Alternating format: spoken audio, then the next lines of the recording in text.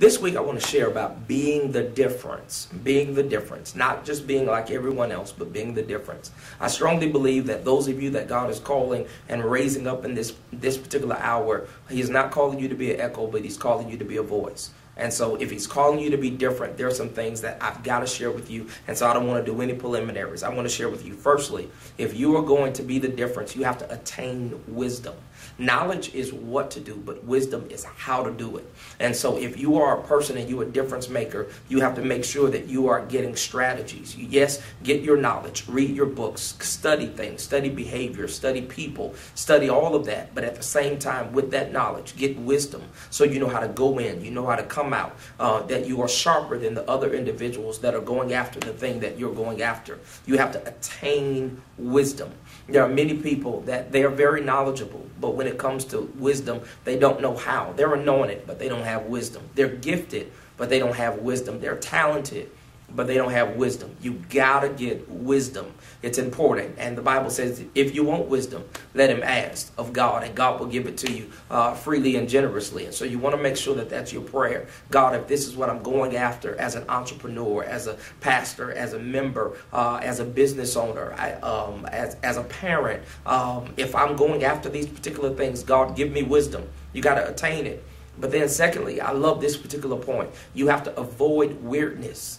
And sometimes people try so much to be different that it comes across weird. That, again, there will be some people that will be drawn to your weirdness. But if God has called you to the masses, you have to find a balance between being different and being creative and just simply being weird. Because there is a reality in being weird. When people look at you and you're a hard read, if they have to go on a consecration to figure out who you are and what you are, then you're not going to win the masses. You want to be a person who is inviting. And yes, they look at you and say, hey, this individual is different. There's something special about their clothing or their conversation or their hair, whatever the case may be. But make sure in you being peculiar that you don't go so far off to where you end up being weird. And then you have to accept the wilderness. If you're going to be different, oftentimes, this is what I've discovered in my own life, that God begins to reveal some of the greatest secrets and greatest strategies with substance in my life while I'm in the wilderness. That's the isolated place, to where it's a dry place and everything is not flowing and everything is not moving the way you want it. But in that time, that's when you get your greatest strategy. And so the wilderness is not sent to kill you or crush you, but the wilderness is sent to catapult those things that are already inside of you, bring those things out of you so that you can be focused on what's ahead.